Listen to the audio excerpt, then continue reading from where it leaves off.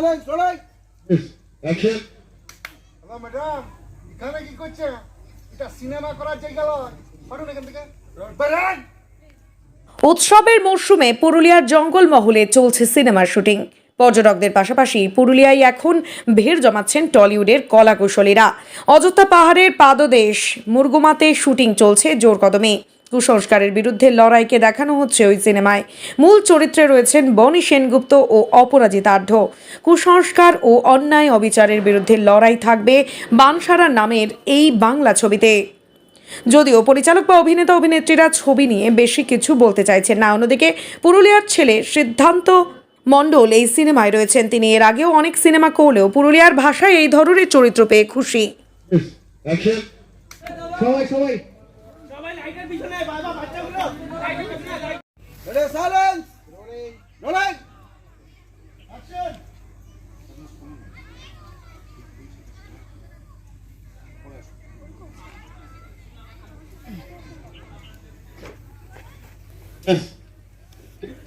Check করবো মানে role silence action বলছে তো গেছে ব্যাক ব্যাক সুভদ্রা আর লেফটে যাও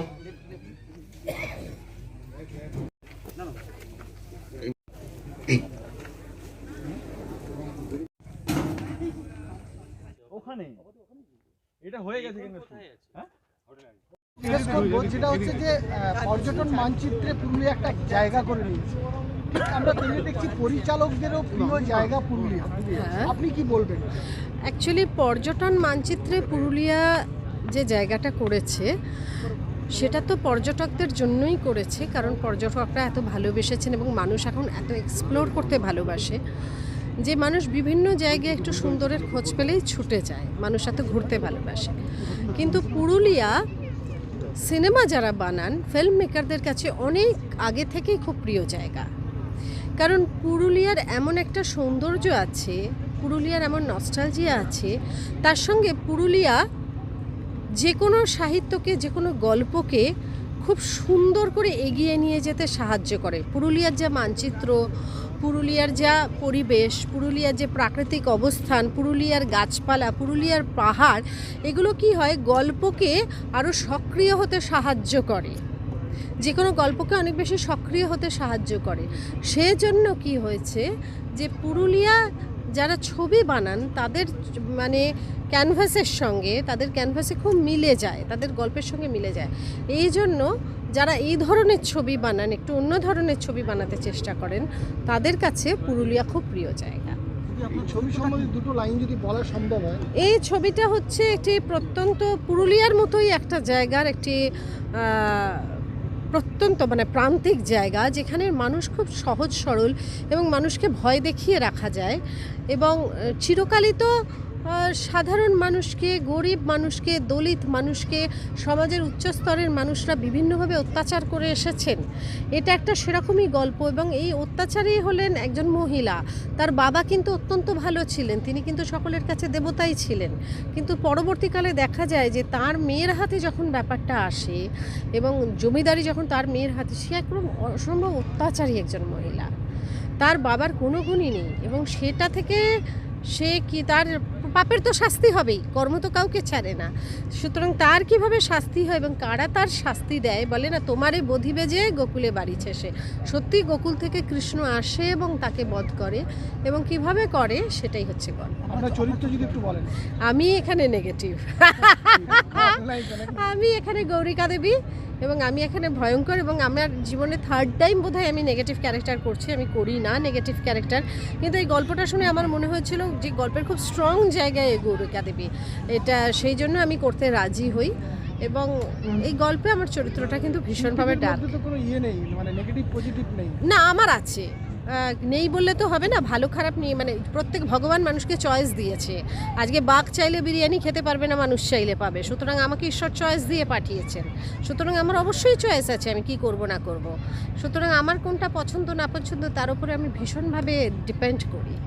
ম্যাম একটা লাস্ট প্রশ্ন, সেটা হচ্ছে যে আপনি নিশ্চয়ই হয়তো শুনেছেন যে পুরুলিয়াতে এখন রয়্যাল বেঙ্গল ঘুরে বেড়াচ্ছে হ্যাঁ এবং আপনারা সেই জায়গাতে একেবারে জঙ্গলের মধ্যে রয়েছে এবং এখানে চিতাবাঘ তো রয়েছে, কিন্তু রয়্যাল বেঙ্গল ঘুরে বেড়াচ্ছে, সেই অবস্থায় আপনারা শুটিং করছেন, কেমন লাগছে? কেন অসুবিধে কি আছে? আমরা ঘুরতে পারি আর ওরা ঘুরতে পারে না?